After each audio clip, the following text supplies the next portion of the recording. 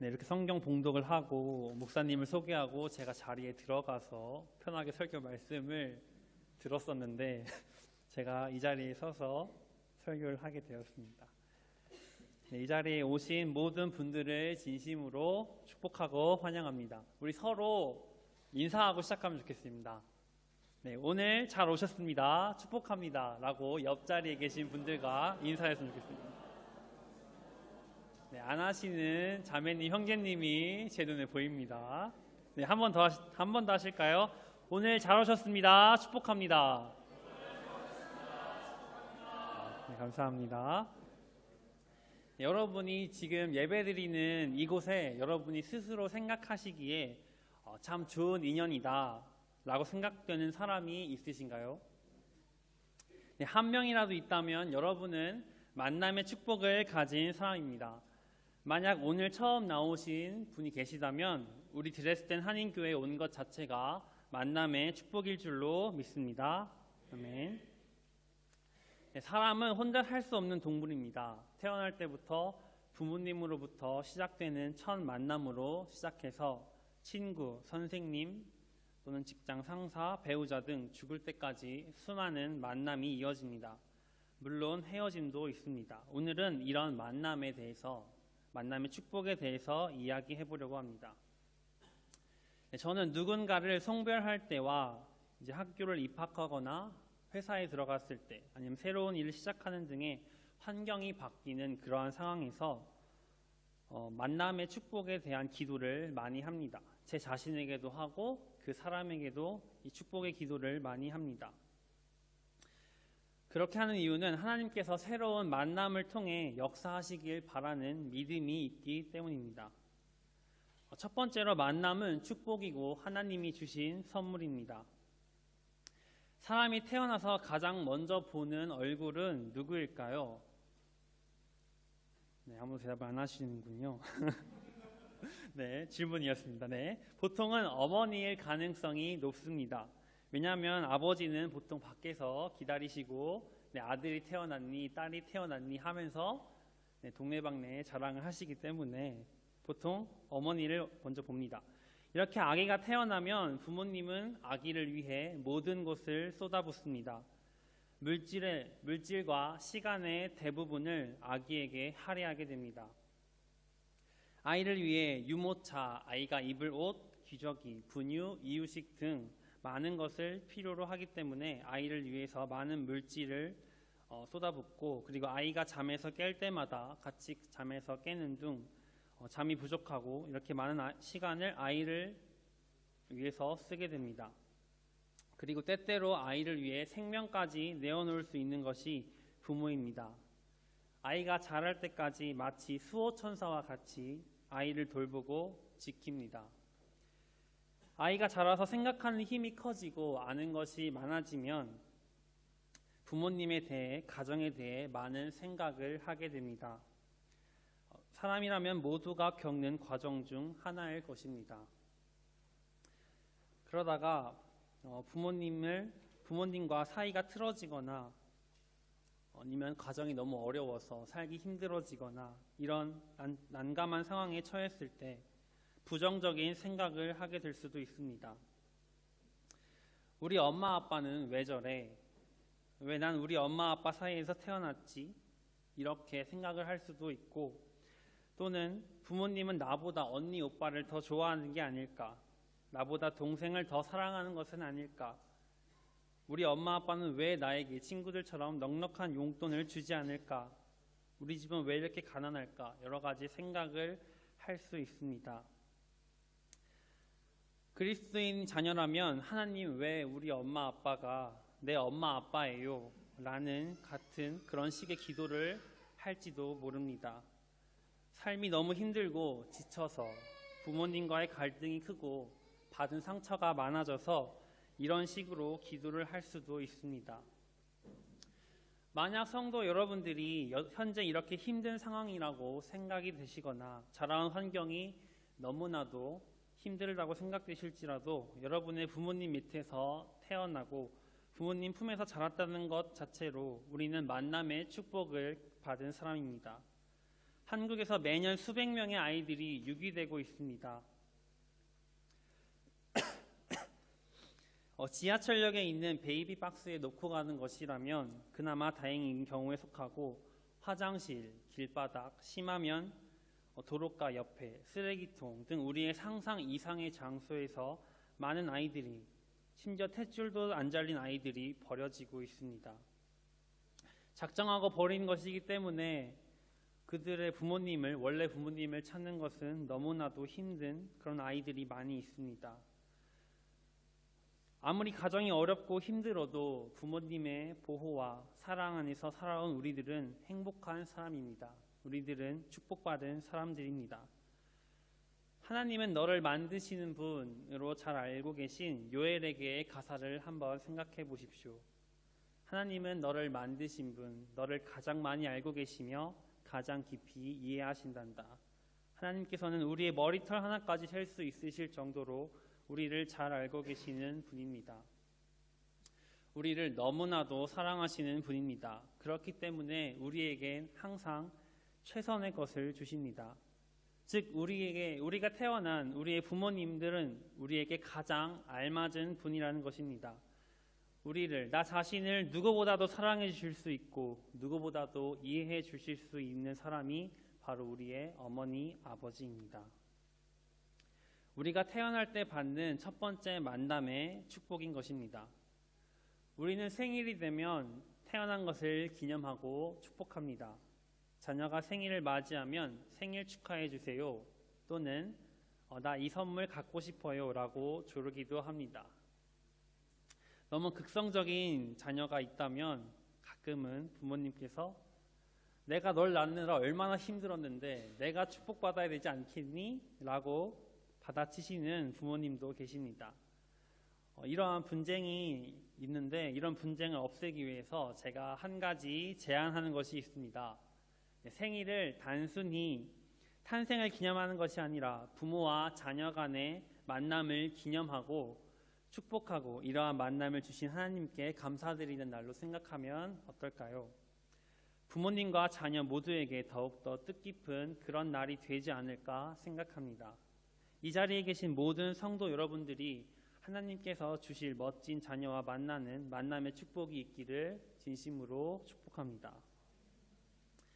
우리가 가족만큼 경우에 따라서는 가족보다도 더 편하고 가까운 사람 중에 친구가 있습니다. 눈빛만 봐도 이 친구가 무엇을 생각하는지 알 수 있는 친구도 있습니다.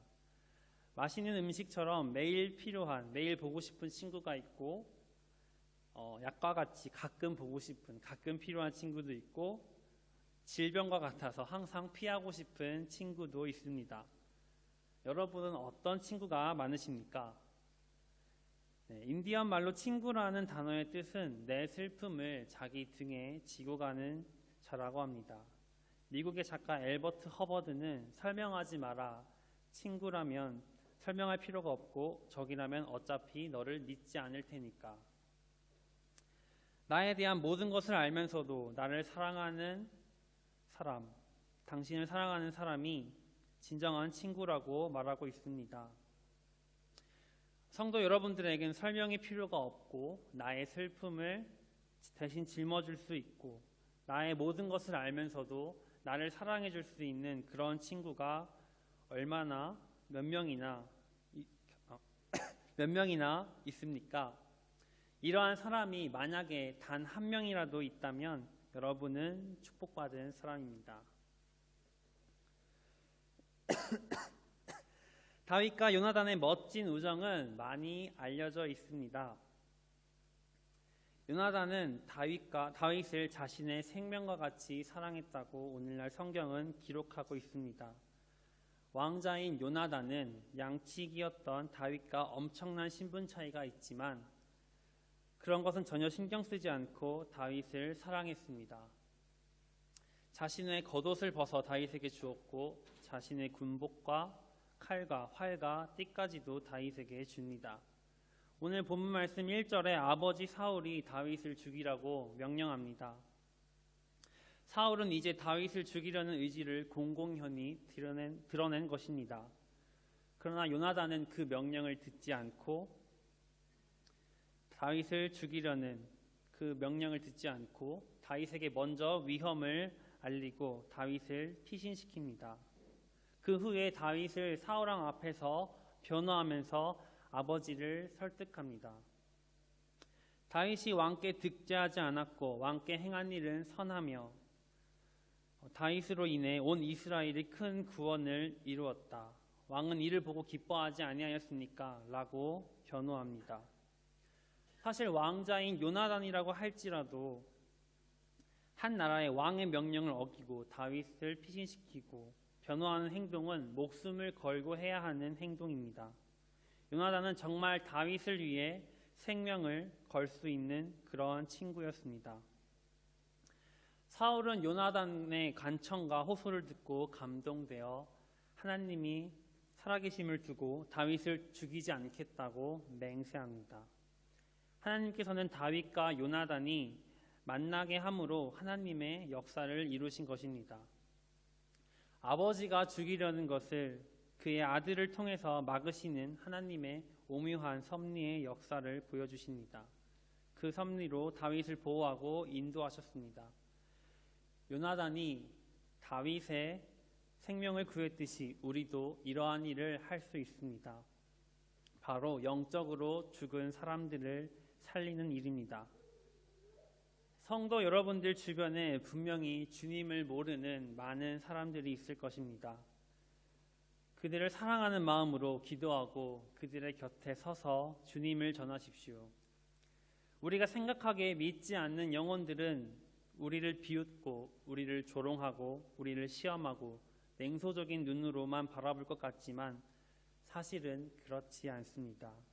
세상 사람들과 다르게 우리들을 알게 모르게 존중해주고 존경하고 무엇이 우리를 그렇게 사는지 때로는 궁금해하기도 합니다.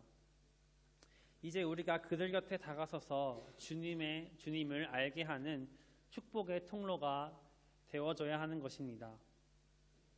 정말 사랑하는 가족, 친구, 선생님, 연인 등등 주변 사람들이 주님 앞에 나아갈 수 있도록 내가 너를 만난 것이 큰 축복이었노라 라고 고백할 수 있도록 우리가 먼저 그들에게 다가가는 것입니다.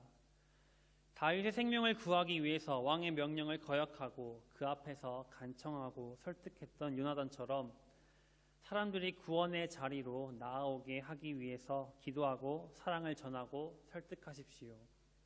그들이 주님 앞에 나아온다면 그것은 그들에게만 만남의 축복인 것이 아니라 우리에게도 축복이 됩니다.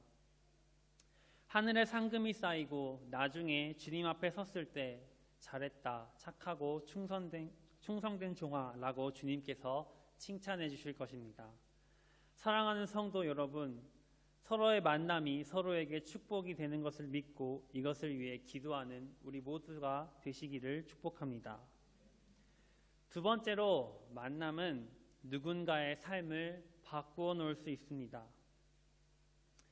제가 학교에서 교육심리학 시간에 보았던 영화 한 편의 이야기를 잠시 해드리겠습니다. 이것은 미국 고등학교에 있었던 실화를 영화화한 작품으로 학생들이 느꼈던 좌절과 수모, 공포 등을 피하지 않고 끌어안으며 자신이 담당한 203호 교실 아이들을 훌륭한 학생으로 변모시킨 교사와 그 학생들에 대한 기록을 담은 프리덤 라이터스 다이어리라는 영화가 있습니다. 그 학생들은 매우 심각한 삶을 살고 있었습니다. 그 학생의 그 교실의 절반에 달하는 학생들은 갱단에 소속되어 있으면서 그들은 친구들이 죽어나가고 자신의 부모가 무고한 죄로 인해 끌려가는 것을 보아왔던 아이들입니다. 그들은 자신들은 사랑을 받지 못하고 남을 사랑하지도 못한다고 생각하는 그런 친구들이었습니다. 그런데 이 23세의 영어 교사로 왔던 에린 그루웰이라는 교사는 그 학생들을 정말 헌신적인 자세로 가르치기 시작합니다. 그들에게 사랑을 보여주기 시작합니다. 그녀는 그 안내의 일기와 줄라타의 일기라는 책을 그들의 지침서로 사용했고 편견과 오해에 대한 삶의 변화, 관점의 변화 등에 대해서 긴 가르침을 시작했습니다. 그러면서 그 책을 읽고 난 후에 일기를 쓰게 하고 그 일기를 통해 그 아이들과 이야기를 나누기 시작했습니다. 그러면서 그 아이들의 삶을 정말 진심으로 이해하고 그 아이들을 더욱더 사랑하고 그로 인해 아이들이 그 사랑을 깨달으면서 그들이 변화하는 모습을 보게 됩니다. 학교에서마저 포기했던 그 아이들이 완전히 바뀌는, 그래서 우수한 성적으로 졸업하는 그런 놀라운 기적과 같은 일이 일어난 것입니다. 성경 속에서도 이러한 만남으로 인해 변화된 사람들을 찾아볼 수 있습니다. 열왕기하 5장에 보면 나아만 장군과 엘리사 선지자가 나옵니다. 나아만 장군은 엘리사를 찾아가서 그의 말대로 몸을 7번 요단강에 씻음으로써 문둥병이 깨끗이 낫고 더 나아가서 여호와 외에 다른 신이 없음을, 이스라엘 외에 다른 신이 없음을 고백하고 여호와 앞에만 번제물과 희생제물을 드리겠다고 말합니다. 심지어 자신의 주인인 왕에 의해서 신당에 들어갈지라도 그곳에서 몸을 굽히더라도 여호와께서 당신의 종을 용서하기 바란다는 고백을 합니다. 이처럼 만남이란 때때로 사람의 인생을 완전히 바꾸어 놓을 수 있습니다. 그저 한 번의 만남 그 가운데 한마디 말, 어쩌면 그냥 스쳐 지나가면서 나누어준 전단지, 종이 한 장에도 사람의 인생이 송두리째 바뀔 수 있습니다. 한 목사님 가정은 토요일만 되면 길거리로 나가서 전도를 했습니다. 그런데 두 분 다, 그 가정 모두가 너무나 부끄러움이 많았기 때문에 한마디 말도 없이 그저 지나가는 사람들에게 메시지를 담은 종이만을 전달하는 그런 전도를 했습니다. 10여 년이 지나서 목회자 세미나에서 그 목사님이 강의를 하다가 자신이 이렇게 전도했다라는 것을 이야기를 하자 한 목사님이 갑자기 손을 드셨습니다. 그리고 하시는 말씀은 그때 그 전단지를 받은 사람이 저였습니다.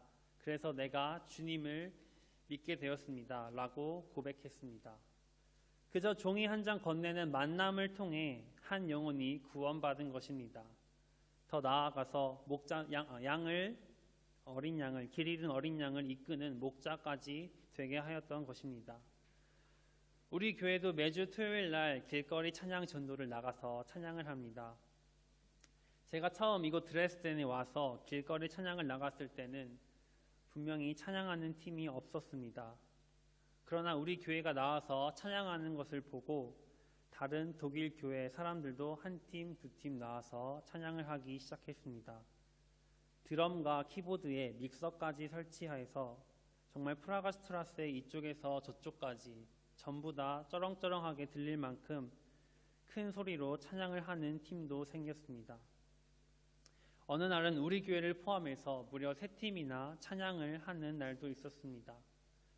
우리는 거리에 나가서 3시 30분부터 4시까지 짧은 시간, 30분이라는 짧은 시간을 주님 앞에 드리면서 다른 영혼들을 만났을 뿐이지만 주님께서는 다른 사람들의 마음까지 움직이시는 그러한 역사를 보여주셨습니다.